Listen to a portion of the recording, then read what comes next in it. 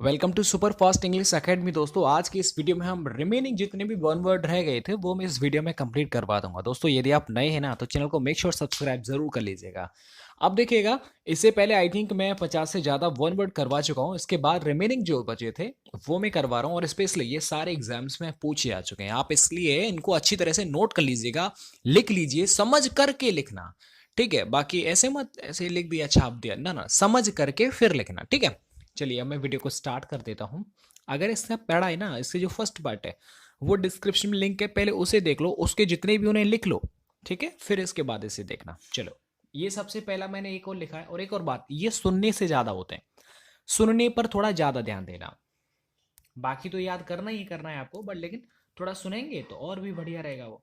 देखो, यहाँ पर लिखा है a specialist of the skin disease, यानी कि ऐसा कोई डॉक्टर जो हमारे शरीर की स्किन संबंधित जो भी बीमारी परेशानियां होती है ना, उसका जो स्पेशलिस्ट डॉक्टर होता है उसे क्या बोलते हैं। आपने देखा जैसे त्वचा पर हमारे दाग वगैरह हो जाते हैं, तो इसके लिए डॉक्टर होता है डर्माटोलॉजिस्ट। ठीक है भाई, डर्मा का मतलब ही क्या होता है, जो स्किन से रिलेटेड हो आपकी। तो डर्माटोलॉजिस्ट होता है जो आपकी स्किन से संबंधित डॉक्टर। अब सर जी याद कैसे करें, देखो याद भी थोड़ा थोड़ा मैं रिलेट करवा दूंगा। ऐसे याद रखो, सरकारी हॉस्पिटल के अंदर आप अपना स्किन के इलाज के लिए गए, वहां पर डॉक्टर क्या करते हैं, ड्रामा ही तो करते हैं। क्या वो सही टाइम पर आपकी स्किन प्रॉब्लम को दूर कर सकते हैं? नहीं। 4-5 बार बुलाएंगे, तब भी हो या ना हो, वो बात की बात है। ऐसे याद रखो हल्का हल्का। आगे देखिएगा, one who can be corrected, not corrected, यानी कि ऐसी क्या चीज है जिसे सही नहीं किया जा सकता। मतलब एक बार अगर गलत हो गया मतलब गलत, उसे सही नहीं कर सकते भाई। याद रखना, उसे बोलते हैं इनकॉरिजिबल। ऐसा लग रहा है ना, करेक्ट वाली साउंड आ रही है बीच में, यस। तो इनकॉरिजिबल का मतलब क्या हो जाएगा, जिसे सही नहीं किया जा सकता। आई होप आप सबको याद हो रहा होगा। इसके बाद देखो एक और है, और एक और मैं बात बताऊं, अब इसी पर बात बताऊं, स्कैर्सिटी ऑफ वाटर और रेन। यानी कि स्कैर्सिटी का मतलब होता है कमी होना कहीं पर। ठीक है, स्कैर्सिटी ऑफ रेन, जहां पर पानी की जरूरत है, पानी की कमी है, बारिश की कमी है, उस क्षेत्र को क्या बोलते हैं? उसको क्या बोलते हैं बोलो? उसे ड्रॉट बोलते हैं। DROUGST, ड्रॉट माने सूखा। इससे पहले मैंने एक और बताया था, want of rain, want of want of rain, want of water, ऐसे करके बताया था। उसके आगे लिखा था ड्रॉट। यहां पर किया है, ये जो लैंग्वेज है ना वो एकदम अलग लिख करके आ गई है, लेकिन उसका सिर्फ मतलब तो वही है। इसलिए मैं आपसे निवेदन करूंगा कि इनके मतलब को समझ करके इन्हें आप याद करना। ऐसा रट्टा मत भर लेना कि ये वाली लाइन जो सफेद में लिखी है यही आएगी, बिल्कुल A to Z छपी हुई, ऐसा नहीं होता। वो अपने हिसाब से भी उसको मॉडिफाई कर सकते हैं, लेकिन मतलब उसका वही रहेगा। तो समझ करके याद करेंगे तो आप इसका ड्रॉट वाले का आंसर दे दिया होगा। अगर तुमने रट्टा मार रखा होगा तो पक्का इसे आपने नहीं दिया होगा, जबकि मतलब वही है। इसलिए इसको थोड़ा ध्यान रखना। आगे देखो, a person who brings goods illegally into the country, यानी ऐसा पर्सन जो अवैध रूप से सामान दूसरे देश से अपने देश के अंदर ले आता है, उसे क्या बोलते हैं? उसे स्मगलर बोलते हैं। बोलो, बोलते नहीं बोलते? स्मगलर होता है। आगे देखिएगा, one who specialise in the study of birds, यानी कि ऐसा कोई जो बर्ड्स की पढ़ाई लिखा, बर्ड्स के बारे में बहुत अच्छा है, यानी बर्ड्स की जो पढ़ाई होती है ना उसका स्पेशलिस्ट है, किसी इंसान के बारे में पूछा जा रहा है, तो उसे बोलते हैं ऑर्नोथोलॉजिस्ट। क्या बोलते हैं? ऑर्नोथोलॉजिस्ट। उस व्यक्ति को बोलते हैं जिसके पीछे IST आ जाए, मतलब वो पर्सन है, और अगर वाई आ जाए जैसे ऑर्नोथोलॉजी, तो वो किसी विज्ञान के बारे में बताता है। समझ में आ गया? आई होप आप सबको याद हो रहा होगा। जैसे आर्कियोलॉजिस्ट होता, आर्कियोलॉजी, तो वो समझ लेना, अगर लॉजी आ गया मतलब वो विज्ञान की पढ़ाई लिखे, कोई किताब की बात कर रहा है, किसी अध्ययन की बात कर रहा है, ऐसे याद रखो। ठीक है, आगे देखिएगा, a person interested in reading books और नथिंग एल्स, यानी ऐसा जैसे आप लोग हैं, आपको किसी बाहरी दुनिया से कोई मतलब नहीं है, सिर्फ अपनी पढ़ाई लिखाई पर ध्यान देते हैं, तो ये बुक वॉर्म है। बुक वॉर्म का मतलब क्या होता है सर जी? बुक माने किताब और वॉर्म माने कीड़ा, यानी किताबी कीड़ा जो हमेशा पढ़ाई लिखाई के बारे में डिस्कस करता रहता है, पढ़ाई करता रहता है, और किसी से उसे कोई मतलब नहीं। ये बहुत अच्छी बात है और होना भी चाहिए। देखिए, मैं यहाँ पर एक बात और ऐड कर दूं, मतलब जब तक आप भूत नहीं बनेंगे ना, तब तक मुझे लगता है सफलता से आप बहुत दूर रहेंगे। भूत बनना बहुत जरूरी है। भूत का मतलब समझ रहे हो मैं क्या कहना चाह रहा हूँ? मतलब आगे पीछे 24 घंटा पढ़ाई पढ़ाई पढ़ाई, ऐसा रखेंगे तो आपकी मानसिकता एकदम सही बनी रहेगी। और जो लोग ऐसा सोचते हैं कि भाई कम पढ़ने से बहुत कुछ हो जाता है, तो ऐसा नहीं होता। उनके बेसिकली जो पास्ट की जो पढ़ाई होती है ना वो बहुत ज्यादा होती है, इसलिए वो इस टाइम पर कभी काउंट नहीं करते। और आप पहली बार इस सब चीजों को लर्न कर रहे हैं, सीख रहे हैं, तो जायज है सर आपको एक एक बार 10-10 बार तो पढ़ना पड़ेगा आपको, ठीक है। इसलिए आप भूत बन जाओ, सुबह दोपहर शाम धुआंधार पढ़ाई चल रही है, कोई टेंशन नहीं, तो ये होना चाहिए, ठीक है। आगे देखिएगा, आगे a person pretending to be somebody he is not, जैसे इम्पोस्टर बोलते हैं। जैसे आपने देखा टिकट सॉरी ट्रेन का डब्बे के अंदर क्या है, इम्पोस्टर मैन आ गया। वो क्या करता है कि बनता है टीटीयू में, लेकिन वो टीटी होता नहीं है, फर्जी टीटीयू, फर्जी ऐसा ही होता है, फर्जी कांस्टेबल होता है, फर्जी बीएसएफ का बंदा होता है, तो वो इम्पोस्टर होता है, ठीक है। जबकि वास्तविक रूप वो है नहीं, प्रिटेंड करता है बस ऐसा कि मैं हूं। एक और देखिएगा, a place where dead bodies are kept for identification, यानी कि ऐसी जगह है जहां पर डेड बॉडीज जो होती है ना उनको पहचान के लिए रखा जाता है। उस गृह को क्या बोलते हैं, उस घर को क्या, उसे मॉर्ग्यू बोलते हैं। मॉर्ग्यू रूम होता नहीं होता, जैसे रेलवे स्टेशन में एक क्लॉक रूम होता है, CLOA के, तो वो क्लॉक रूम क्या होता है कि यानी वहां पर आप अपना सामान रख सकते हैं रेलवे स्टेशन पर, ठीक है। बाद में जैसे सर जी समझाना, जैसे सपोज आप उत्तराखंड से और आप जा रहे हैं चेन्नई साइड में, आपने देखा आगरा गाड़ी रुकती है तो आप ताजमहल देखने चले गए, तो आपके पास जो लगेज है उसे आप साथ में लेके तो नहीं जा सकते, बहुत ज्यादा लगेज है आपके पास, तो आप उस लगेज को उस क्लॉक रूम में रख सकते हो। तो क्लॉक रूम पूछा गया था, ये क्लॉक रूम क्या होता है, तो वो रेलवे स्टेशन पर होता है क्लॉक रूम। समझ में आ गया। आगे देखिएगा, आगे बॉर्ग्यू एक है, वन हु हेट्स मैरिज, यानी ऐसा व्यक्ति जो शादी से हेट करता है। ये तो गलत बात है, शादी वादी से हेट क्या करना। अब ऐसा मत बोलना सर जी तुम्हारी तो हो गई है तो इसलिए आप ऐसा सोच रहे हैं, नहीं। देखो, मिसोगेमिस्ट होता है, इसे याद करने का एक तरीका बताता हूँ। शादी जब होती है ना तो उस टाइम पर गेम होता है। जैसे यहाँ पर गेम वाली साउंड आ रही है ना, GAM आ रही ना, हल्के से याद करो कि शादियों पर गेम होता है, होते बहुत सारी, अरे बहुत सारी रिवाजें होती हैं, तो वो गेम होता है, तो वो मिसोगेमिस्ट है। तो गेम आ गया मतलब समझ लेना कि वो शादी के विषय में बात कर रहा है, ठीक है। और मिसो लग गया मतलब समझ लो हेट वेट की बात हो रही। आगे बढ़ जाते हैं, रेमेडी फॉर ऑल डिसीजेज, यानी ऐसी दवा जो हर दवा हर रोग के लिए कारगर होती है, जैसे यहां पर उसे बोलते हैं पैनेशिया, रामबाण, ठीक है। आगे देखेगा, a person who speaks many languages, यानी ऐसा व्यक्ति जो बहुत सारी भाषाएं बोलता है। अब आपके पेपर में आ गया कि ऐसा व्यक्ति जो 5 से ज्यादा भाषाएं बोलता है, सर जी वो पॉलीग्लॉटी होगा। पॉलीग्लॉट का मतलब ही होता है वो बहुत सारी भाषाएं बोलता है, तो जरूरी नहीं कि सर जी 5-10 आ गया तो अब क्या करें, ये तो सर ने नहीं बताया, ऐसा नहीं है। वो बहुत ज्यादा भाषाओं के बारे में बात कर रहे हैं, जाहिर है कि 5 प्लूरल में ही तो आएंगी, तो पॉलीग्लॉट हो जाएगा। चलो मैं आगे बढ़ जाता हूँ। आई होप आप सबको याद कर लेना है, ठीक है। PDF में उसमें सेंड कर ही देता हूँ टेलीग्राम ग्रुप में, याद नहीं रहता है तो आप याद दिला देते हैं, मैं सेंड कर देता हूँ। ये भी आ जाएगा पर थोड़ा वेट टाइम लगेगा। आगे देखिएगा, I think captain memory of an event, sir ji ये क्या चक्कर है सर जी बताना। देखो, सोविनियर ये बहुत प्यारा वर्ड है और बहुत ही अच्छा वर्ड। देखो सोविनियर होता क्या है, जैसे कि आप किसी की यादगार के रूप में आपको चीज रखते हो ना, उसे सोविनियर बोलते हैं। जैसे सर जी आप ताजमहल पर गए हैं ना, आप ताजमहल के पास, आप जैसे आप मान लो आप नेवी का ट्रेनिंग कर रहे हैं, आप एयरफोर्स का ट्रेनिंग कर रहे हैं ना, अब आप घर पर आएंगे तो वहां से कुछ तो लेके आएंगे ना, अपने भैया के लिए, छोटे भाई के लिए, अपनी मम्मी के लिए, अपनी दीदी के लिए, बोलो यस और नो। आप बाहर जा रहे हैं तो कुछ तो लाएंगे ना। और जैसे मेरी तो मानसिकता होती है कि अगर मैं बाहर कहीं जाता हूँ तो अपने बेटे के लिए कुछ कुछ ना कुछ जरूर लेके आता हूँ, है ना। तो ये सब क्या है, ये आप कुछ भी चीज लेके आ रहे हैं वो सोविनियर होता है। कोई आइडेंट कुछ कोई इवेंट है, कहीं गए यादगार के रूप में, वहां से आप ताजमहल ले आए छोटा सा, है ना, 100 रुपए का, 200 रुपए का, तो वो सोविनियर के रूप में आएगा। आई होप आप दो अपने डेली लाइफ में थोड़ा ऐड किया करो, डेली लाइफ में यूज किया करो तो याद हो जाएगा। और भाई कुछ तो सोविनियर लाया होगा, सोविनियर देखा हो तुम्हारा क्या है, तो ये हो जाए, अब वो भी है ना, हाँ तंग मंग झंग भंग हो जाएगा, ये क्या हो गया सोविनियर। चलो कोई बात नहीं, याद हो जाएगा। आगे देखिएगा, आगे है place given a prisoner for temporary release not to be escape, parole होता है। देखो पैरोल क्या होती है, जैसे आप आप क्या जेल के अंदर कोई कैदी है और उसका अगर बिहेव बहुत अच्छा है तो उसे अगर अर्जेंटली घर पर जाना, शादी है उसकी बहन की, या फिर कोई अर्जेंट छुट्टी उसे लेनी है, तो पैरोल में शामिल होती है, ठीक है। हॉलीडे वॉलीडे नहीं होता, उसका एक नाम है पैरोल, यानी कि कैदियों को दिया जाने वाला छुट्टी, वो जो टेम्पररी होता है, परमानेंट नहीं होता, उसे वापस से जेल में आना होता है, ठीक है, वो पैरोल होता है। आई होप आप सबको याद हो रहा होगा। अब आप कहेंगे सर जी ऐसे तो मान लो उसे छुट्टी मिल गया, वो तो सर जी फिर जेल से बाहर निकल गया, वापस कभी ना आए, तो ऐसा नहीं होता। देखो पेरोल के टाइम पर क्या होता है ना, 4-5 लोगों के भी साइन होते हैं, अगर वो बंदा कहीं मिस हो जाता है तो पुलिस उनको पकड़ लेती है, इसलिए कोई भी ऐसी गलती नहीं होती है, ठीक है। या फिर अगर ज्यादा ही खराब इंसान है तो उसके साथ पुलिस वाले भेज दिए जाते हैं, ठीक है। आगे देखिए, जैसे पैरोल संजय दत्त को मिला था पैरोल।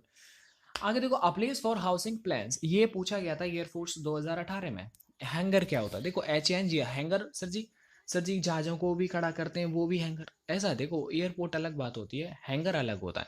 हैंगर एक घर से को बोलते हैं, जैसे एक तरह से गैराज होता है ना गाड़ियों के लिए गैराज, ऐसे ही हैंगर होता है। उसके अंदर जहाज को खड़ा कर देते हैं ताकि बारिश से और पानी वानी ना गिरे या ना गंदा ना हो, वो चीज़ होता है हैंगर। ठीक है, जब आप अरे नौकरी करेंगे ना तो बहुत सारी चीज़ें मिल जाएंगी, और मुझे पूरा भरोसा है जब आप हैंगर को देखेंगे ना फर्स्ट टाइम पर, तो आपको ये बात याद आना चाहिए कि यार हमारे राम सर जी ने बताया था हैंगर क्या होता है। ठीक है, आई होप आप जब हैंगर को देखेंगे तो आपको जरूर, इस वीडियो को आप जरूर मिस करेंगे।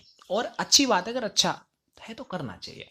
हैंगर समझ में आ गया होगा, हैंगर हैंगर हैंगर ऐसे समझो जहाज को लटका देते हैं उसके नीचे, है ना।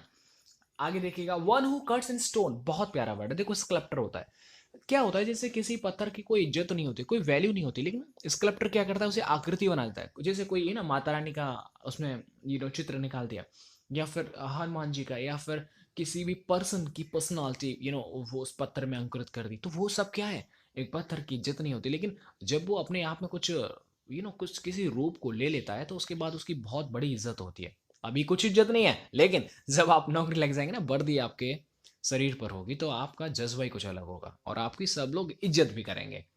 आगे बढ़ जाते हैं, आगे है a person Ron's away from the law and justice, fugitive, वो भगौड़ा होता है। जैसे आपने देखा होगा, जैसे कि विजय माल्या था वो, अब हाँ मुझे जरा बताना, एक ऐसा एक क्वेश्चन था अभी अभी करंट में चला था कि अगर कोई व्यक्ति 100 करोड़ से ज्यादा का धन यदि वो लेकर के भाग जाता है तो उसके ऊपर कौन सा आपराधिक मुकदमा दायर हो जाएगा, क्या क्या हो सकता है। अगर आप सीरियस है ना मेरी तरह पढ़ने हैं तो आप पक्का इसका जवाब देंगे। देखो कितना अच्छी क्वेश्चन किया है मैंने। 100 करोड़ से ज्यादा की संपत्ति अगर कोई भी ले जाएगा, अभी कानून बन चुका है, तो उसके प्रति बहुत बड़े मतलब बहुत ही खतरनाक चीज एक्शन लिया जाएगा। अब एक बात सुनिएगा, फ्यूजिटिव हो गया, फ्यूजिटिव समझ गया, भगौड़ा होता है जो किसी की संपत्ति को लेकर के भाग जाए, या नहीं संपत्ति भी ऐसा कह सकते हैं, चलो ठीक है। लेकिन जैसे आप मान लीजिएगा, अब पुलिस ने सपोज करिएगा सुप्रीम कोर्ट से आदेश आ गया कि भाई आपको ना अरेस्ट करना है, अब लेकिन वो अरेस्ट नहीं हो रहा है, मतलब दुबके इधर उधर इधर उधर भाग रहा है, पुलिस को उसके पीछे लगी हुई है, तो ये फ्यूजिटिव ही तो हुआ, भगौड़ा ही हुआ कि नहीं हुआ, आप बताओ, फ्यूजिटिव नहीं हुआ? हाँ सर जी बिल्कुल फ्यूजिटिव हुआ। जैसे आसाराम और उनके उनके बेटे के साईं राम थे, अब देखो ऊपर से ऑर्डर आ गया कि आपको अपने आप को सरेंडर करना है, लेकिन नहीं कर रहे, तो वो फ्यूजिटिव हो गए, भगौड़े हो गए। अब चलो आगे बढ़ जाते हैं। आगे देखो, one who dies for one's country, ऐसा व्यक्ति जो अपने देश के लिए मर जाता है उसे क्या बोलते हैं, जो शहीद हो जाता है, यार मरना तो गंदा वर्ड हो गया, शहीद कहो, उसे बोलते हैं मार्टियर। ठीक है ना, अपनी माता के लिए, अपनी धरती माता के लिए मर गया, मार्टियर बोलते हैं, MARTYR। आगे बढ़ जाते हैं, the first speech delivered by a person, ये पूछा गया था, यानी कि एक व्यक्ति है ना उसका पहला स्पीच है। अगर यार सच सच एक बात बताऊं मैं आपको, आप नौकरी लग जाएगी तो उसके बाद अगर आपको कहीं पर ऑडिटोरियम के अंदर क्या है, आपको स्पीच देना है, अब आपसे बोल दिया सर आप स्पीच बोलिए, तो पहला अगर बोलेंगे भाषण तो वो मेडन स्पीच होगा ना, ऐसे याद रखो, मेडन स्पीच है वो। आगे जो one person feeds on flash, यानी ऐसा व्यक्ति जो मांस के ऊपर डिपेंड करता है उसे कार्निवोरस बोलते हैं। ठीक है, और जो ऐसे जानवर वगैरह जो आपने मैंने पढ़ाया था ना, जो क्या होता है ये जानवर में भी इंक्लूड होता है, और जानवर जब हरी भरी घास खाते हैं, ग्रास, तो हर्बीवोरस होता है, याद कर लीजिए, ये अच्छे वर्ड है। आगे बढ़ जाते हैं, आगे बढ़ जाते हैं थोड़ा सा, ये देखो मैं समझा इसलिए रहा हूँ थोड़ा डेप्थ में, ताकि वो मीनिंग थोड़ा अलग से भी वो अपनी तरफ से बना देते हैं। जब आपको मतलब समझ में हिंदी आ जाएगा ना तो पक्का आप सही बैंकरप्टी लगाएंगे। आगे देखिएगा, ऐसा कोई व्यक्ति जो अपने कर्ज को देने में, अपने कर्ज को अदा करने में असमर्थ है, वो बैंकरप्ट होता है। ठीक है, इंसॉल्वेंट होता है, दिवालिया होता है। कि सर जी आज जैसे सपोज करो किसी ने बैंक से कर्ज ले लिया है ना, अब उसके पास नहीं है, अब वो दे कहाँ से, तो बैंकरप्ट हो जाएगा। समझ में आ गया, उसकी जो संपत्ति वगैरह है वो अटैच कर ली जाती है, तो वो सब क्या हो गया, वो बैंक रप्ट हो गया, मतलब बैंक से रपटे को, समझ रहे हैं आप तो बैंक रप्ट हो गया, बैंक के पैसे ले करके वो फिसल गया, रपट गया, अब ना साहब अब तो है ही नहीं मेरे पास। ऐसा नहीं उसका ऐसे तो मतलब, आप अगर लोन ले लोगे फिर ऐसे बोलते साहब मेरे पास तो कुछ है ही नहीं, ले जाओ जो भी, कोई तो वो संपत्ति भी तो रखते हैं ना, बिना संपत्ति आपको कोई लोन कैसे दे देगा, ये बात है। आगे देखिएगा, a sound that can not be heard, ऐसी आवाज जिसे आप नहीं सुन सकते उसे इनऑडिबल बोलते हैं, और इनको हटा देंगे बचा क्या, ऑडिबल, जिसे आप सुन सकते हैं। आगे देखिएगा, a person who feeds on human flesh, अब देखो ये अलग है, वो फ्लैश था कार्निवोरस, ये ह्यूमन यानी ह्यूमन है, ह्यूमन मानव के फ्लैश के ऊपर डिपेंड रहता है। मांस के ऊपर, तो कैनिबल होता है। कैनिबल जब आप सर्च करेंगे ना अपने गूगल पर तो बहुत अच्छी वर्ड। मुझे याद है जब मैंने ये एंड्रॉइड फोन लिया तो सबसे पहले कैनिबल स्पेलिंग मैंने सर्च किया था। देखो मैंने लिखा हुआ है एक कॉपी में कि एक कैनिबल स्पेलिंग थी जो सबसे पहले मैंने इसमें सर्च की थी अपने गूगल में, और सबसे पहले यूट्यूब मैंने खोला था, ये मुझे याद है। अब चलो आगे बढ़ जाते हैं। आगे है आपका इनकैपेबल ऑफ बीइंग करेक्टेड, जिसे करेक्ट नहीं किया जा सकता वही इनकॉरिजिबल हो जाएगा। Incapable of being repaired, irreparable. देखो रिपेयर की इसमें थोड़ा थोड़ा साउंड आ रहा है। इरेपरेबल होता है जिसे आप रिपेयर ना कर सके। देखो मैं आपसे एक बात बोलूं यार प्लीज, देखो इन सबको ना नोट करो, अच्छे से मन से पढ़ो आप। देखो आपका पेपर आने वाला है ना, कहते हैं ना कि अगर अपने घर से आप कितने कोसों दूर यार है ना पड़े हो कमरों पर, है ना कोई अपने लाइब्रेरी में पढ़ रहा है, यार मेरा हाथ जोड़ के एक ही निवेदन रहता है सिर्फ उनसे जो पढ़ने वाले हैं, बाकी जो नहीं पढ़े वो तेल लगाए बिल्कुल, हमें हमें क्या मतलब है यार। लेकिन आपसे इसलिए थोड़ा सा वो रहता है क्योंकि मैं कमेंट जब चेक करता हूँ ना तो परमानेंटली मेरे कम से कम 200-250 बच्चे यार ऐसे हैं जो मैं उन्हें कम से कम पिछले 6 महीने से देख रहा हूँ। और मैंने और ऐसे भी बच्चे देखे थे जब उनके आप कमेंट ही नहीं आते, मतलब क्या हुआ, वो अपनी नौकरी पर सेट हो चुके हैं। बहुत सारे बच्चे मैंने ऐसे हैं जो पिछले 1.5 साल से देख रहा हूँ। ऐसा नहीं मैं जीमेल पर लगी हुई आपकी फोटो को कभी नहीं भूलता, नाम भूल सकता हूँ, इसलिए 1.5 साल से बच्चे अभी कंटिन्यू कर रहे हैं। तो सर आपको बहुत पढ़ना है, ठीक है, पढ़ना यार, जो काम है उसे जरूर करना। अ पर्सन ये आपका हो गया है। चलो मैं आगे बढ़ जाता हूँ।